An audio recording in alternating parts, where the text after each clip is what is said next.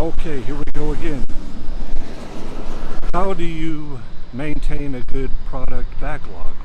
You maintain it by having good backlog review meetings. Called grooming meetings.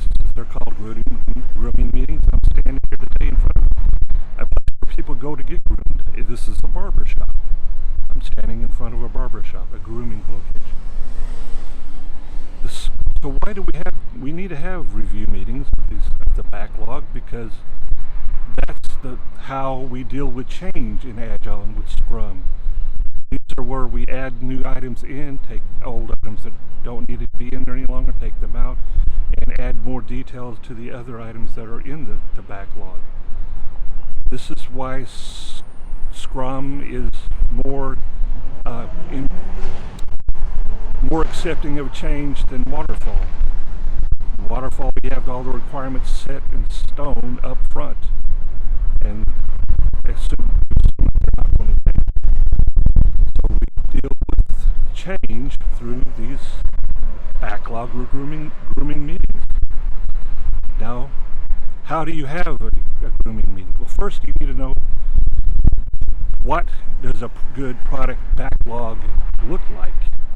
And that's what you try to achieve by these grooming meetings. A good product backlog is deep, D-E-E-P. D stands for detail. The items in the backlog have to have sufficient detail, especially the ones at the top, so that the people can take action on them. The next E is for emergent. It means that this backlog is constantly has to be updated to stay current, etc. And then the next E is for estimatable. The top items in a backlog need to have estimates, or else you can't put them in a sprint if they're not estimated. And then the P is for prioritize. This list has to be prioritized and maintained as priorities change. Items need to be moved up, items need to be moved down. So constantly use these backlog review meetings to maintain them.